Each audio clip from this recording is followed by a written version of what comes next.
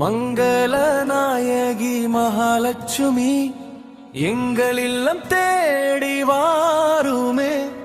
தாமரை மலரில் அமர்ந்தவளே தஞ்சம் என்று நை தொழுதிடுவோம்.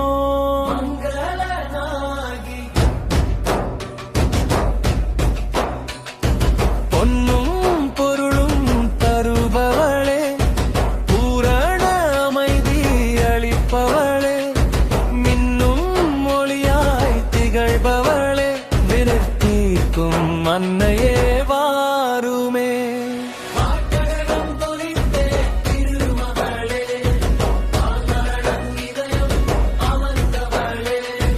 வறுமை நீக்கி வாழ்வழிப்பாய்